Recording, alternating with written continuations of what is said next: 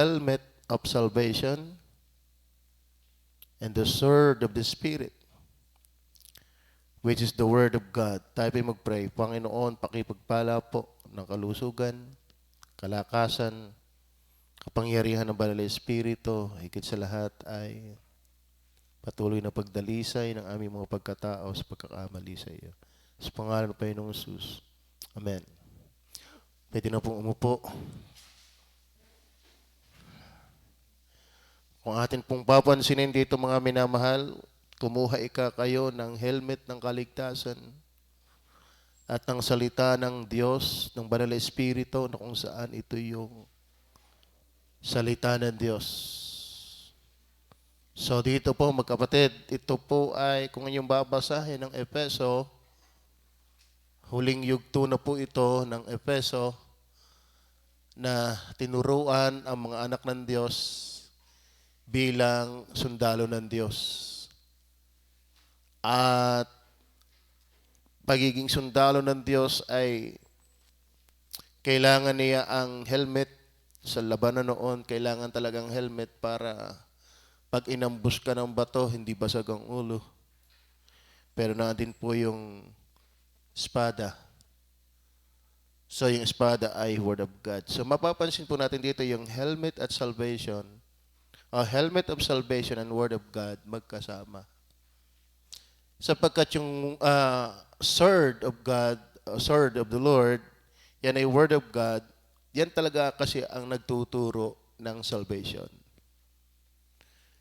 So ngayong umaga, mga minamahal, ang ating pag-uusapan ay the Bible alone can teach the right salvation. The Bible alone can teach the right salvation. Kaya kung nyo mapapansin nga po sa talatang yan, magkadais po yan. Ano po? The sword is the Word of God. Kasama yung helmet of salvation. Bakit ho? Kasi ang makapagtuturo ho talaga ng tama sa kaligtasan ay ang Bible lang. Hindi ho nyo mababasa sa pocketbook. Kayo ba'y nagbasa ng pocketbook? Para hanggang ngayon yata. Ano? Wala kayong mababasa na tamang turo kung paano pupunta ng langit sa pocketbook.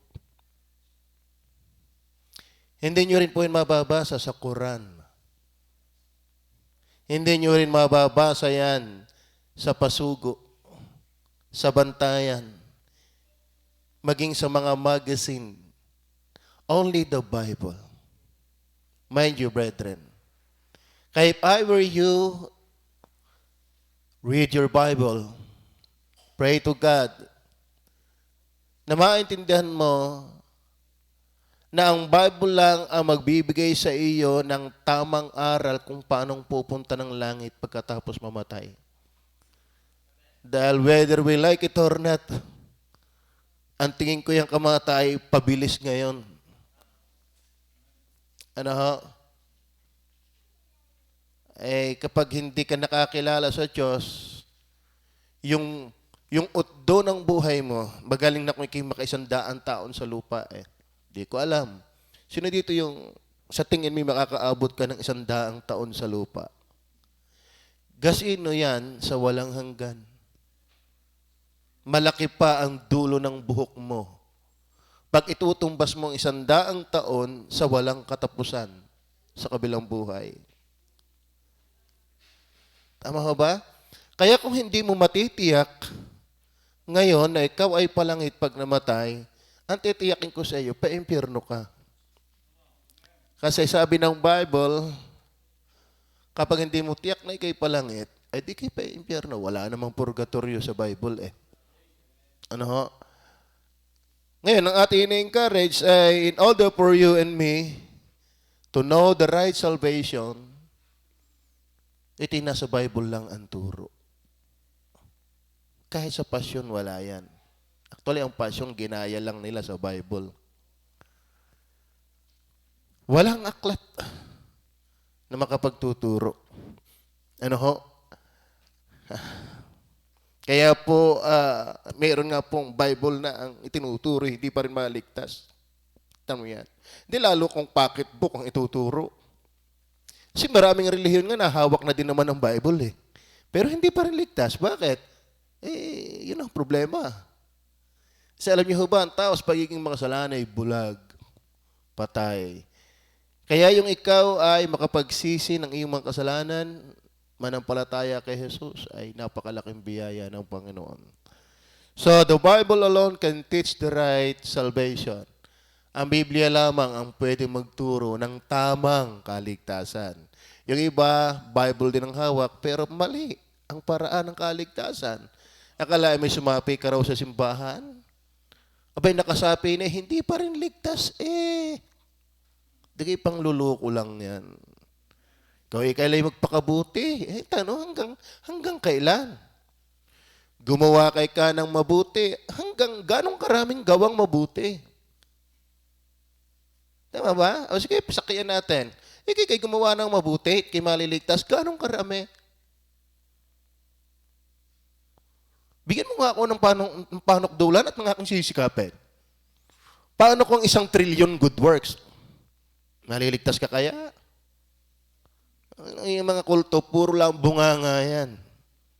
Hindi kasi nila alam yung katotohanan. But mind you, the Bible alone can teach the right salvation. Number 1, ating pong kunin. Alam niyo naman dahilan kung bakit Bible? The Bible alone is the inspired Word of God. The Bible alone is the inspired Word of God. Ito lang ang aklat na hindi galing sa karunungan ng tao. Lahat po ng aklat, tama namang sabi ng iba yan namang Bible ay gawa din laang ng tao. Hindi naman natin tinatanggihan iti gawa ng tao. Pero yung taong yon ay kinasihan ng Diyos. Tama ho baga? At hindi naman humasamang paniwalaan kapag gawa ng tao. Ay kinagamit ng cellphone, ay gawa din naman ng tao yan. Tama ba? Kinagamit ng laptop, ay gawa din naman ng tao yan. At saka, huwag ka na magdamit, gawa din ng tao yan. No? Huwag laan din may ikatwiran. Tamang ang Bible ay ginawa ng tao dahil pinagawa ng Diyos. Pero yung kaparaan ng masulat ito, hindi ito nanggaling sa katalinuhan ng tao. Basahin niyo po ang 2 Peter 1 verse 20 and 21, atin pong tutunghayan. Ang Bible po, mga minamahal, ay sinulat ng mga tao. Pero hindi nanggaling sa kanilang katalinuhan ang kanilang isinulat. Kaya, bagaman iti sulat ng tao, pero hindi ito utak ng tao. Bagaman tao ang pinasulat nito, pero hindi ang nasunod ay yung sumulat, kundi yung nagpasulat. Ano sabi po? Na maalaman muna ito. Na maalaman muna ito. Na halimang hula ng kasulatan ay hindi nagbuhat sa sariling pagpapaliwanag. Mga minamahal. Sapagkat hindi sa kalooban ng tao dumating ang hula kailanman. Hindi sa kalooban ng tao, hindi sa kagustuhan ng tao, kundi ang mga tao'y nagsalita. Sila'y nagsalita. 66 books.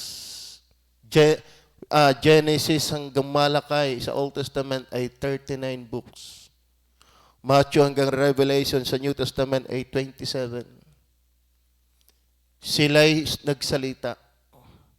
Nangasulat yung kanilang sinabi. Hindi nag-origin sa kanilang talino. In fact, si Pedro, hindi naman siya matalino. Hindi nga siya nag-aral. Si Juan, hindi nga siya nag-aral. Pero nakapagsulat ng mga aklat kasi sa kapangyarihan ng Diyos. Bakit ito lang ang magtuturo? Kasi ito lang po yung salita ng Diyos. Ano ho? Lahat ho ng aklat ay tabi mo sa Bible, hindi sila aklat ng Diyos. Ano? Lahat ng magagandang aklat na hinahangaan nyo, galing yan sa matatalinong tao. Pero ang Biblia ay salita ng Diyos. Yun po ang tatandaan ninyo. Hindi Quran ang salita ng Diyos. The book of Quran is not inspired word of God. Ano po? Lalong hindi naman po yung mga pasugo na yan, na mga niritoke mula sa Bible, na pinalalabas yung kanilang gusto, hindi mismo yung flow ng Bible. Ang inspired, yung word of God, hindi yung pasugo. Hindi ang bantayan. Kaya kung gusto mong makaintindi ng tamang kaligtasan, direct ka magbasa dito. Dito. Kasi ito mismo ang salita ng Diyos. Are you with me? Okay. So, as sabi diyan, sapagkat hindi sa kalooban ng tao dumating ang hula kailanman. Hindi nagsalita si Pedro dahil nagalit sa kanyang bianan, may isulat ko ito. Diga? Ako'y nakapagpagaling, may isulat ko ito. Hindi. Hindi siya nag-gather ng mga informasyon. Actually, mga kapatid, yung mga sinulat sa Genesis hanggang Apocalypse, kung wala talaga yung divine intervention ng Diyos, yun ay mga nangyaring hindi na maaalaala. Ang hirap alalahanin. Bakit? Sapagkat malimit namang isinulat nila, wala naman sila doon sa eksaktong tagpo. Ganon kahanga-hanga ang Bible. Nung ba mag-uusap si Satanas at ang Panginoong Hesus, nandun si Macho. At ang sabi ni Macho, ate mo na, Satanas, ano ka sasabihin mo at isusulat ko? Ano? O sige, nakasulat ka na, nakaimik ka na. O ikaw naman, Panginoong Hesus, ano sagot mo? Actually, nung nagaganap yun, wala doon si Macho. Pero bakit nila nasulat yun? Hindi sa kanilang sariling kalooban. Ipinahayag ng Diyos. Tulad si Moises nagsulat ng Genesis. Ilang chapter meron ng Genesis? Sincere kayo, hindi ako makadagos ngayon. Chapter 50, kung di ako nagkakamali. Oh, pabor na naman ito sa mga itong manunuwag ng kambing. Hindi ako nadagos ngayon. Di lalo ako na kayo manunuwag ng kambing ngayon. Ano? Okay. Genesis, nandun po ang account ng creation. Pero ipinanganak si Moises sa time ng Exodus. Paano niya masusulat in detail ang Genesis? Wala naman siya doon. Yan po ang ganda ng Bible. Are you with me? Kaya mga minamahal, kung gusto niyo actually, hindi lang po tamang kaligtasan ang kayang ituro ng Bible. Lahat ho ng tama nasa Bible. Pero ang pinakamahalaga lang maunawaan mo muna, bago ka makaalam ng maraming tama, ay mo ng tamang kaligtasan. Dahil kapag hindi mo naintindihan ang aral ng tamang kaligtasan, may tama ka. Oh. Kayo ba'y tiyak ninyong palangit pag kayo namatay? Okay. Yan po, pinakamaganda. Dahil magpakayaman-yaman mo na, pakay ka rin. Magpakagwapo-gwapo mo na, pakay ka rin. Magpaka-influensya mo na, pakay ka rin. Ngayon, ang maganda, tiyak mo palangit. Para malalaman, nasa Bible yan. Wala sa Quran yan. Wala sa pocketbook yan. Why? The Bible alone is the inspired Word of God. Ito lang ang aklat na di galing sa karunungan ng tao. Ang Bible ay karunungan ng Diyos. Di ba? Naintindihan niyo ba yung talata? Intindihan niyo na. Ito ay pagod na. Ano? Na maalaman muna ito na alinmang hula ng kasulatan ay hindi nagbuhat sa sariling pagpapaliwanag. Sapagat hindi sa kalooban ng tao galing ang hula, hindi galing sa kalooban ng tao. Kundi ang mga tao ay nagsalita buhat sa Diyos na nangaudyukan ng Espiritu Santo. Kaya huwag niyong babasta-bastahin ito. Ito hindi basta aklat. Ito'y salita ng Diyos. Amen? Number 2, the Bible alone is the inerrant Word of God.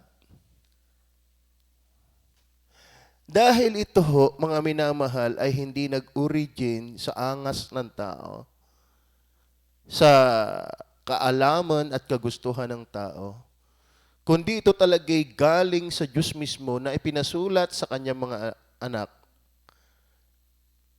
Ito'y walang mali. Dahil ang Diyos hindi magkakamali. Kaya kung gusto mong maalaman ang tamang turo ng kaligtasan, sa Bible ka pupunta. Bakit? Hindi nga ito magkakamali. Dahil ito'y salita ng Diyos. Kaya tama ang aral sa kaligtasan kapag Bible ang basihan. Ano ho? Kasi hindi ito human invention. Ito po ay revelation. Inerrant. Ibig sabihin inerrant, walang kamalian. Bakit? Ang sabi po ng John 17:17, ganito po ang sabi. Pakabanalin mo sila sa katotohanan. Ang salita mo'y katotohanan. Ang Biblia, kung bakit ito yung magtuturo ng tama, ay kasi ito'y totoo. Hindi ito kasinungalingan. Are you with me? Kaya mga kapatid, ang taong palabaso ng Biblia, mayaman sa katotohanan. Ang taong walang Biblia, walang hilig sa Biblia, kulapol ng kasinungalingan.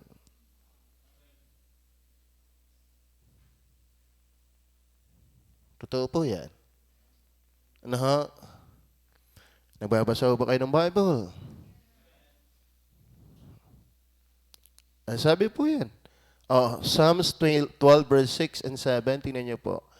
Psalms 12 verse 6 and 7. Ang mga salita ng Panginoon ay mga dalisay na salita. Ang sabi ng Bible. Ang salita ng Diyos ay mga dalisay na salita. Hindi ito marumi. Kaya nga ito'y katotohanan, ito'y banal. Hindi ito pwedeng magkamali. Tama? Kaya kapag ang itinuro ng Biblia na paraan ng kaligtasan, huwag ka nang mga tiran. Manampalataya ka na lang. Kasi dalisay ang salita ng Diyos.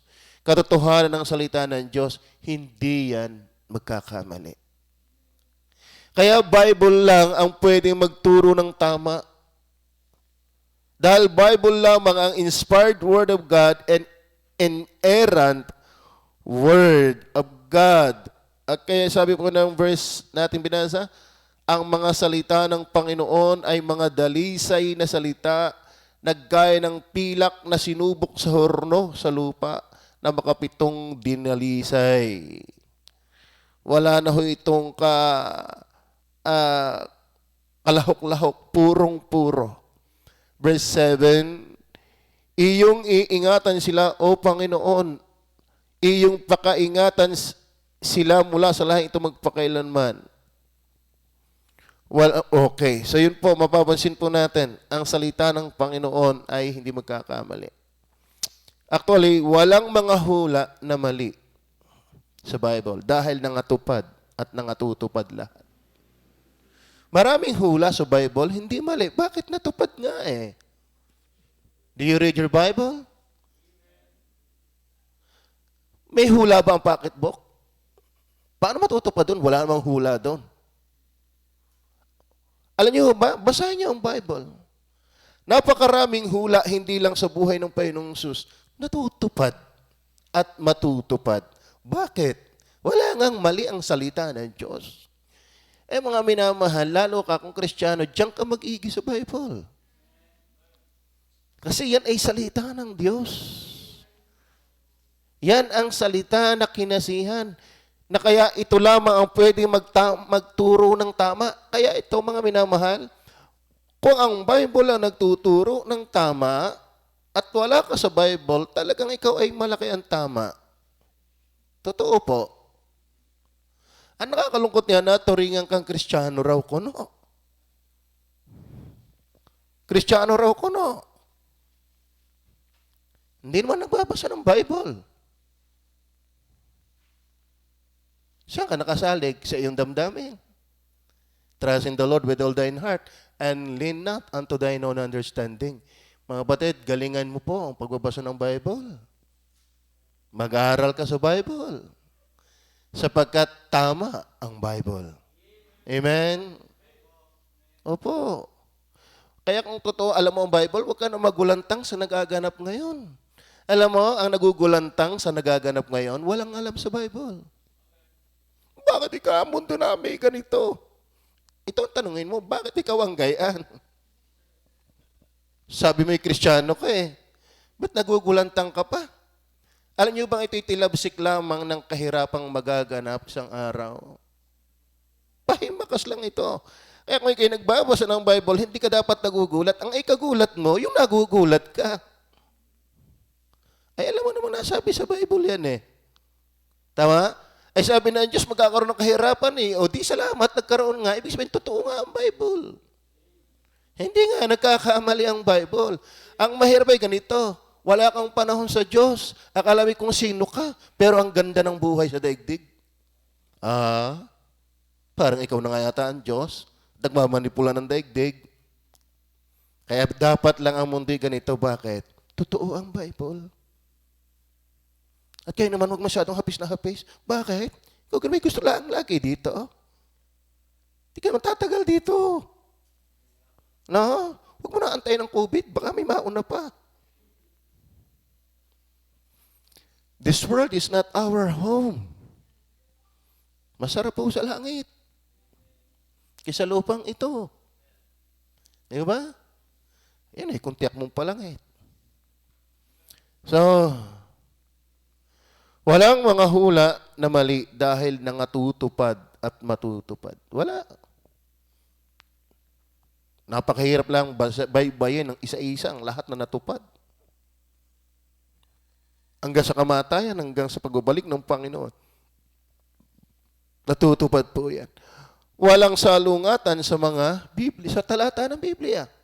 Pag iniintindi. Bay, ang Muslim ay napainig ko sa debate, si Kristo daw ay salbahe.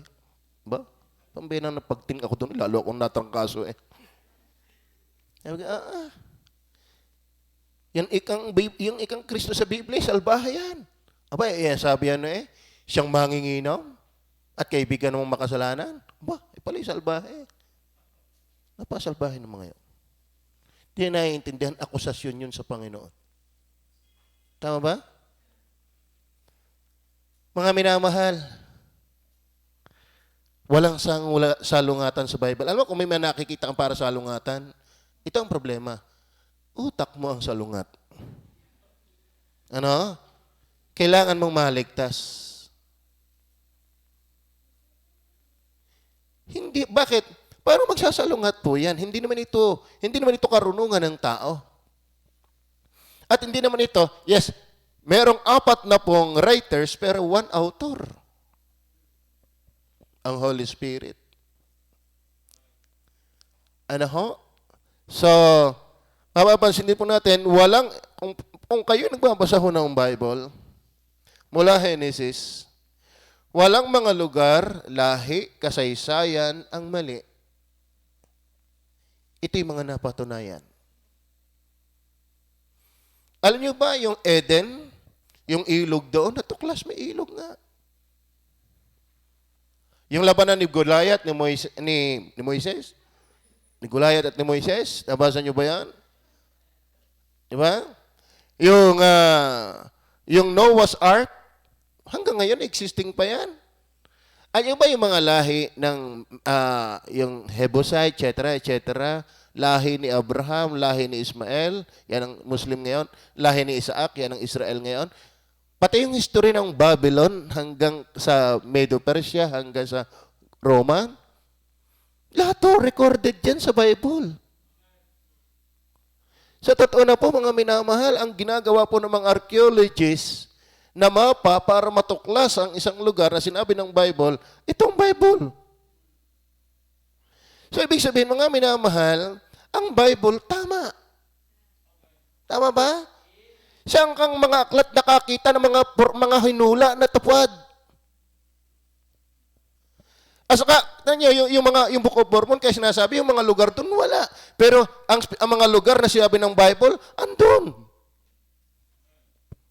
Kung ano yung lugar, at saka yung lahi, at saka yung mga hari noon, lahat ng kasaysayan, lahat ng mga lahi, maging hari, lahat na involved sa Old Testament, tinatyaga po nilang tuklasin at natutuklas nga pong totoo nga. Ang science, bago nilang patunayan na may timbang ang hangin, nasabi yan ang Bible noon pa. Bago na patunayan ng science na ang mundo'y bilog, nasabi na ng Isaias, bilog talaga ang mundo.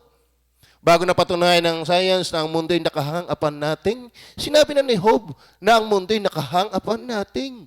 Lahat ng discoveries, even ng scientists, tumitibay laang lalo sa sinasabi ng Bible. Kaya mga minamahal, ang Bible, yan ang magtuturo sa iyo ng tama, lalo pagdating sa kaligtasan. Kaya kung ako sa inyo, magkaroon kayo ng Bible. Basahin niyo ang Bible para ikaw ay matuto sa tama. Lalo higit sa lahat, yung tamang kaligtasan. Marami ngayon nangangaral, Bible din ang tangan, pero sala ang turo. Akala mo kung hindi ka daw mabibinyagan, hindi ka daw maliligtas. Kung hindi ka raw mababautismo, hindi ka raw maliligtas. Kung hindi ka makakaganap ng ilang sakramento, hindi ka maliligtas. Ay isa sakramento doon yung kasal. Paano maliligtas ang pare? Bawal mag-asawa. Kulahin mo yan, hindi nila naintindihan yon. Isa sa sakramento ay kasal. Bahagi sa kaligtasan. Kaya pala mga pare, hindi pa langit. Bawal mag-asawa. Amen? Ang dami na invento na kaya mali dahil wala sa Bible. Kaya if I were you, read the Bible. Have your own Bible. Amen? Sana makatulong ito sa inyo. Number 3. Not only the Bible alone is the inspired Word of God, the Bible alone is the inerrant Word of God.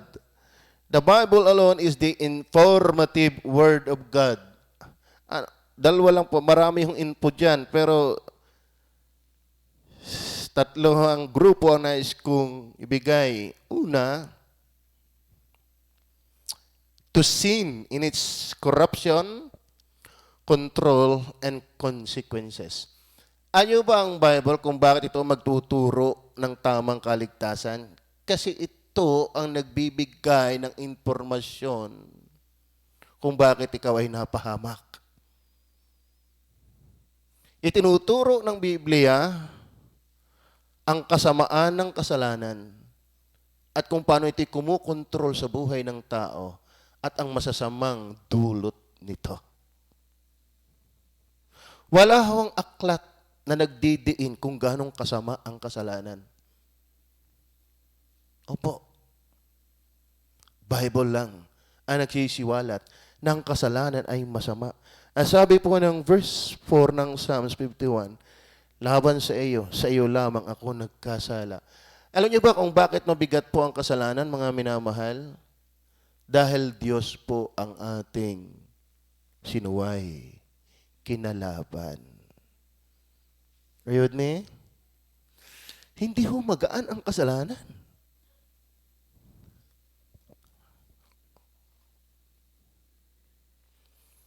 Mahirap pong banggain ang mga magulang. Pag ikaw ay anak, huwag mong babanggain ang iyong mga magulang. Lalo't papayat-payat, talasik agad yan. Tapos si Diyos pa ang babangga. Huwag din kayong babangga sa mga mayor. Basta. Lalo sa presidente, mabigat banggain yan. Pero mas mabigat banggain ang Diyos. Alam niyo ba, mga minamahal, kung bakit ikidadalhin sa impyerno? Binangga mo ang Diyos. Kinalaban mo ang Diyos. Ang kasalanan pa yung masama, bakit? Kinalaban mo ang Diyos. Totoo yan. Naintindihan niyo ba yun? Pastor, paano ko kakalabanin yun? Hindi ko man nakikita. May utos siya. Ayaw mo. May gusto siya, pero ayaw mo. Ang ipinipilit mo'y gusto mo. Tama ba? Ano po ang mapapansin po natin, yung corruption po nito yung masama, mabigat. Kaya nga sabi ng Genesis, nakita ng Diyos na mabigat ang kasamaan sa lupa, sapagat ang isip ng tao ay pawang masama namang naparati. At itong impluwensya nito po, napakasama, mga minamahal. Tingnan niyo po ang Efeso 2:1-3, at kayo'y binuhay niya nang kayo'y mga patay dahil sa inyong mga pagsalangsang at mga kasalanan. Alam niyo ba, dahil sa binangga natin ng Diyos, mahirap po yan eh. Kaya walang magaling. Huwag kayong maging tagahanga ng mga taong suwail at sutil sa Diyos. Dahil yan na yan eh, hindi ubra yan.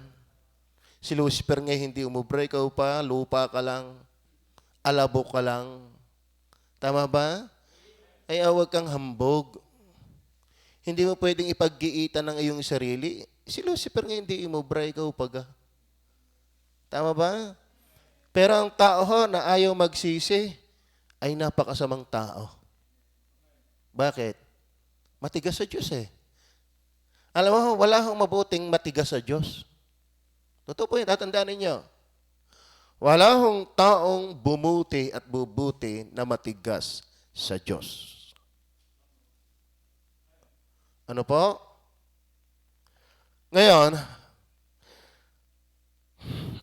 at kayo'y binuhay niya nang kayo'y mga patay dahil sa inyong mga pagsalangsang at mga kasalanan. Ang tao ay impluwensyado ng kasalanan, siya'y pinatay. At ano pa, na inyong nilakaran noong una ayon sa lakad ng sanglibutang ito. Kita nyo ha? Ang tao na makasalanan, hindi nakaayon sa Diyos. Nakaayon sa mundo. Kaya pag Bible, inaantok. Pero pag TikTok, ayos. Ang tao ay makamundo, hindi makakristo. Alam niyo ba, the God of this world, 2 Corinthians chapter 4, verse 4, the evil system of this world, ang God nito ay small g, si Satanas.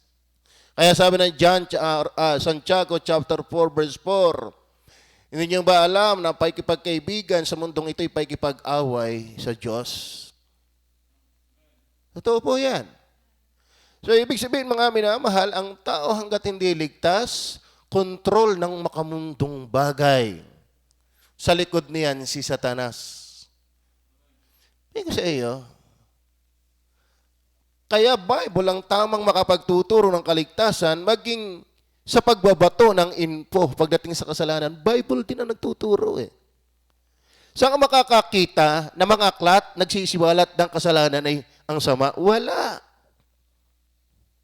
Sa kanila ngayon, yan na may kaunti laang. Yan ay sa simula laang mahirap yung kasalanan. Yun ay pag nagtagal, masasanay ka na rin. Yun pa mga aklat na mababasa mo. Nasa halip kayo magbago,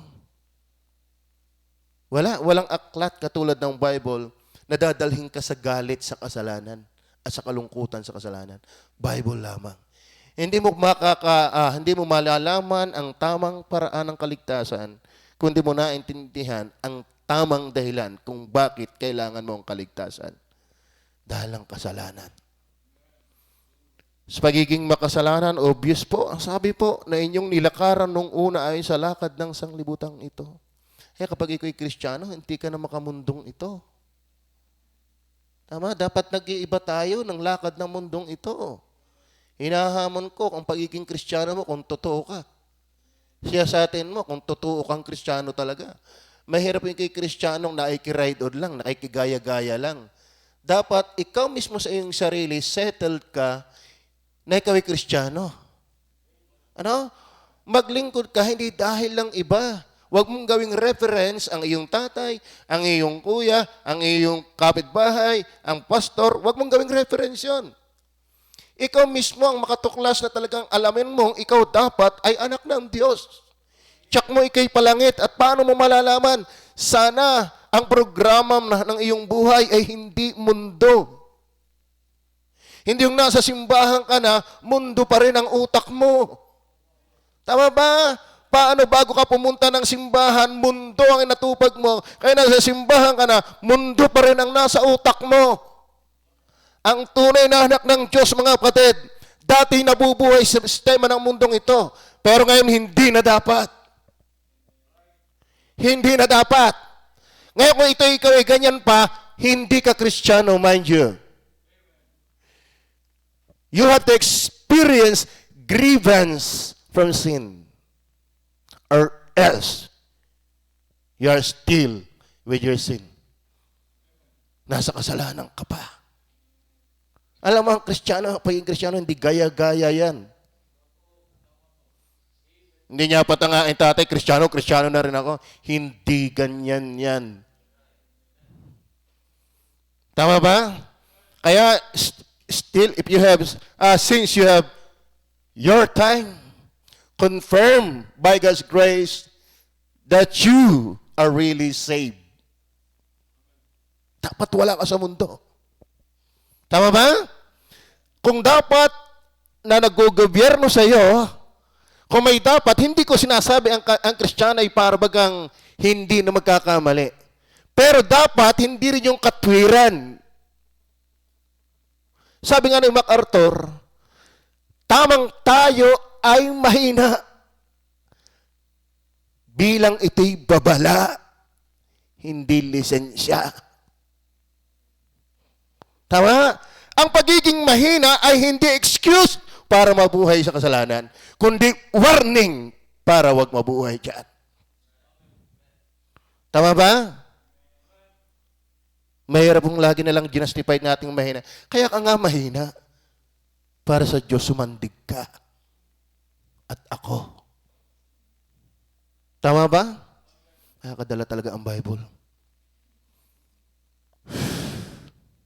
Amen?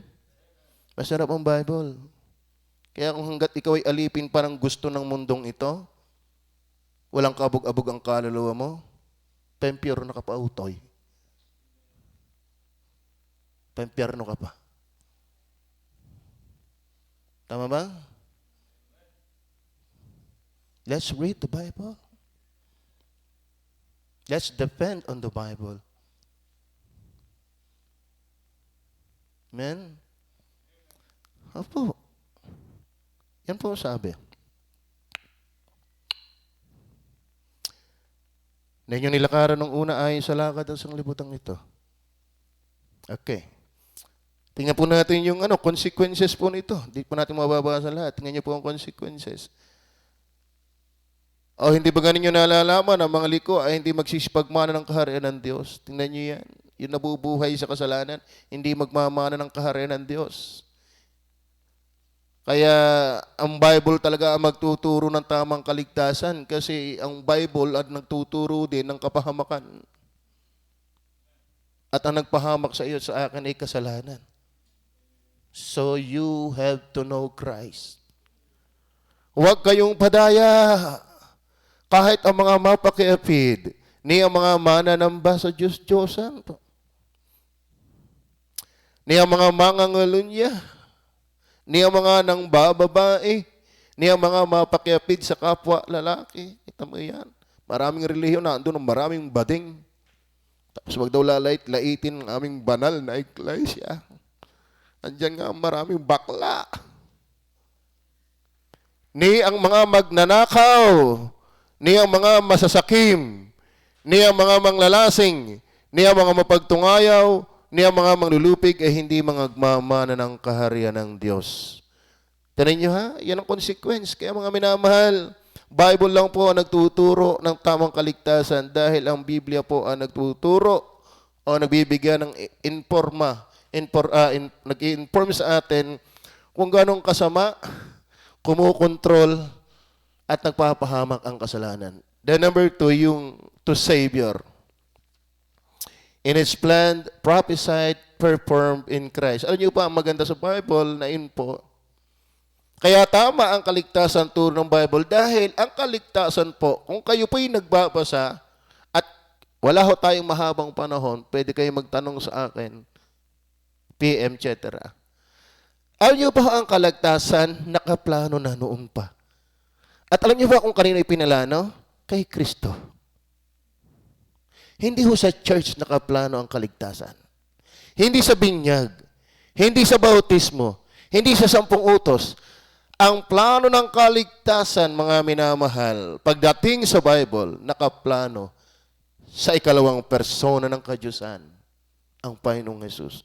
Kaya kung mapapansin po natin, mga minamahal, ang Acts chapter 2, verse 22, tayong mga lalaking taga-Israel. Pakinggan ninyo ang mga salitang ito, si Jesus na taga-Nazareth, lalaking pinatunayan ng Diyos sa inyo, sa magitan ng mga gawang makapangyarihan at mga kababalaghan at mga tanda na ginawa ng Diyos, sa magitan niya sa gitna ninyo, gaya rin ang nalalaman ninyo, siya na ibinigay sa takdang pasya at paunang kaalaman ng Diyos ninyo, ha?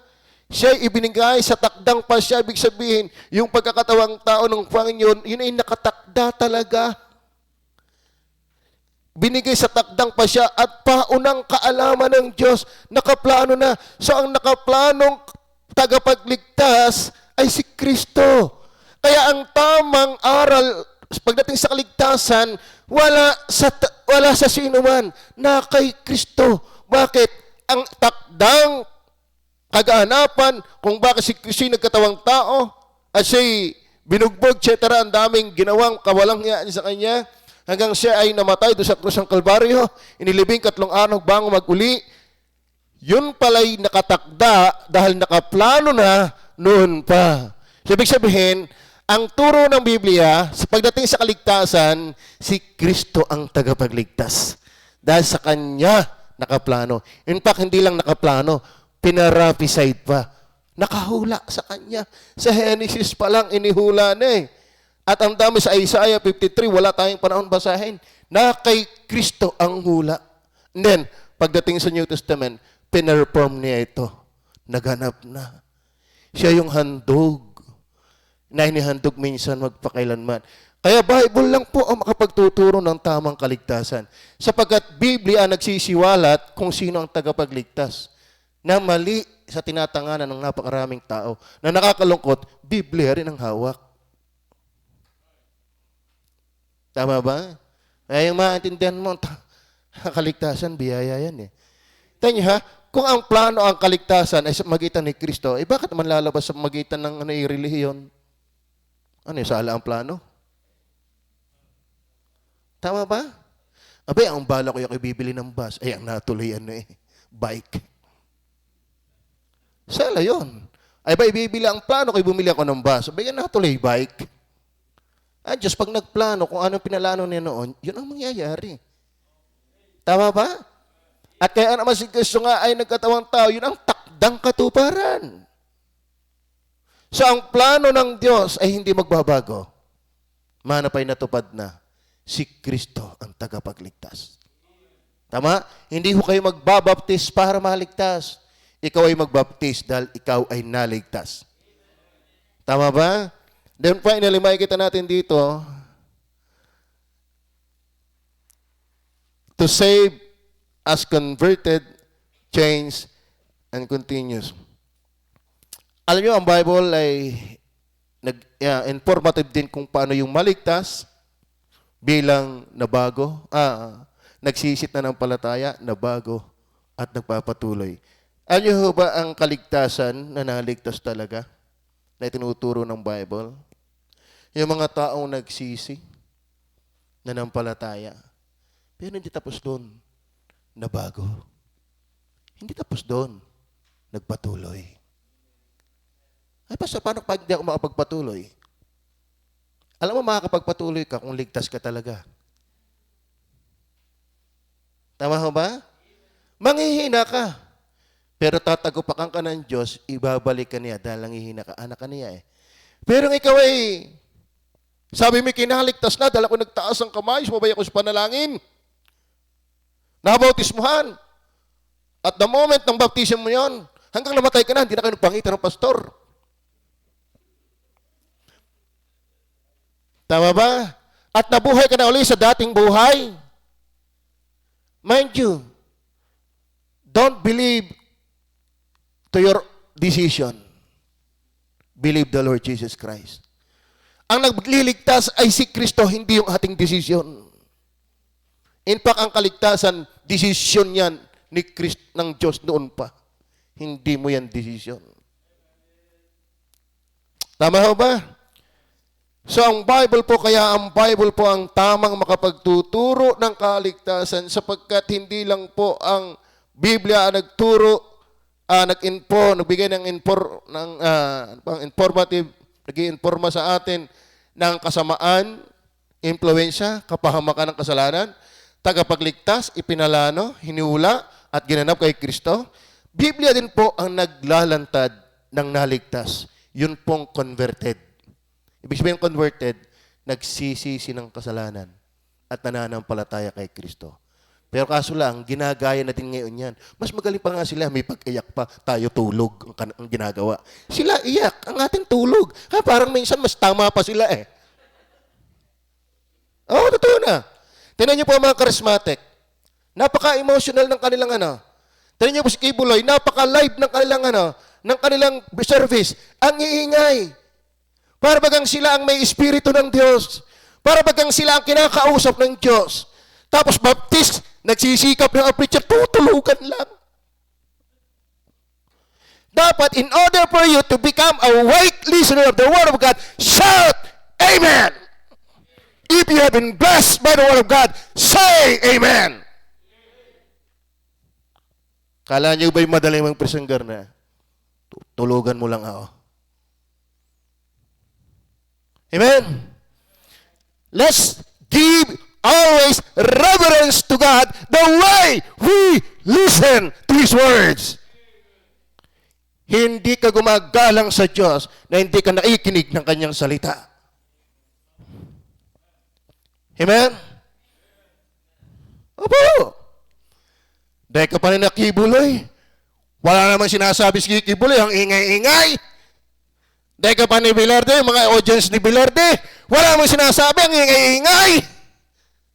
Tapos kay Kristiyano, gandang-ganda ng sinasabi, matutumba ka na. Tama ba? Tama ba? Mahiya ka, oy.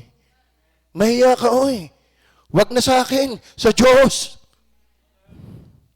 Sa Diyos. Sa Diyos ka nakikinig eh. In fact, sabi niya, sasamba tayo sa Diyos. Yan ba ang attitude ng nasamba?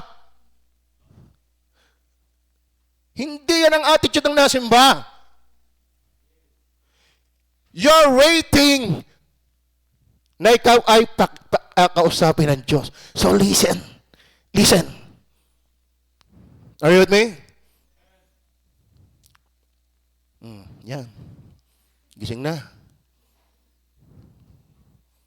Ganun po yan. Kung alam lang ninyo ang aming dinaanan. May hiya kayo na ganyan pa inyong asa. Tama ba? Kayo nga kaya din eh.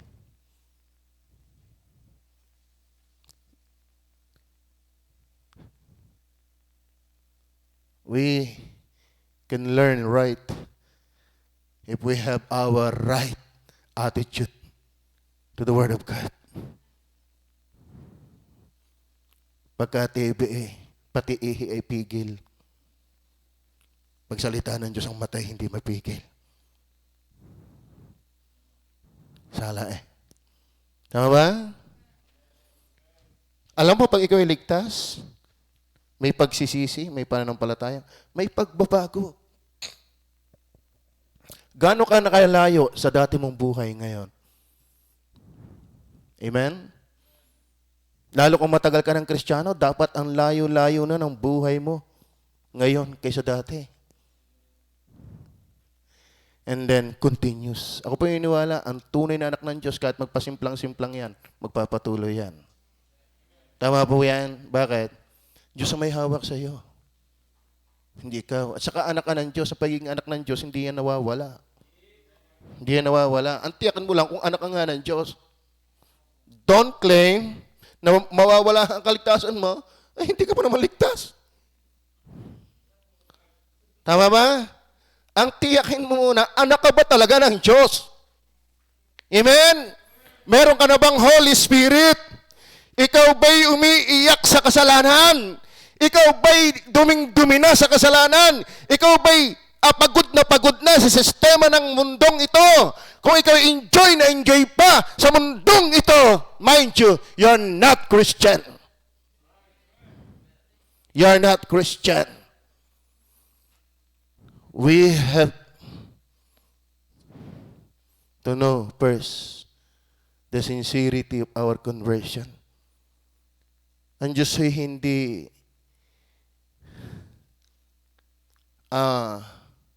tawag dito, parang simpleng usap-usap lang. Dapat siya'y totoo sa ating buhay. Amen? Tayo manalangin, mapagpala namin Diyos sa langit. Salamat po ng marami. Sana po kami ay naikinig talaga ng iyong salita. Dahil, imagine, Panginoon, salita mo ito. Hindi ito salita ng kung sino man. Ito'y iyong salita. Napakahalaga. Dahil ito yung